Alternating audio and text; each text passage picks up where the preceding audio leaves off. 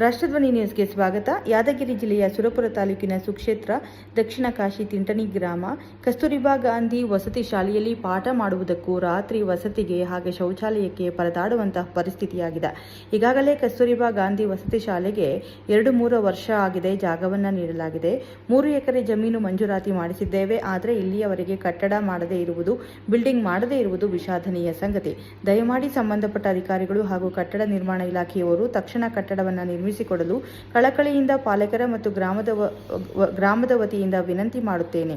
ಹೀಗೆ ಮುಂದುವರೆದರೆ ಮಾನವ ಹಕ್ಕುಗಳ ಉಲ್ಲಂಘನೆಯಾಗುತ್ತದೆ ಎಂಬ ದೂರನ್ನು ನೀಡಬೇಕಾಗುತ್ತದೆ ಎಂದು ನೊಂದ ಪಾಲಕರ ಆಗ್ರಹವಾಗಿದೆ. ವರದಿ ಯಾದಗಿರಿ ಜಿಲ್ಲಾ ಹನುಮಂತ ದೊರೆ.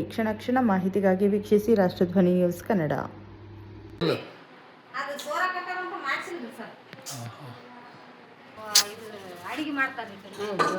ಎಲ್ಲ ಕಷ್ಟ ಇಂಥದ್ರಾಗ ಅಲ್ಲ.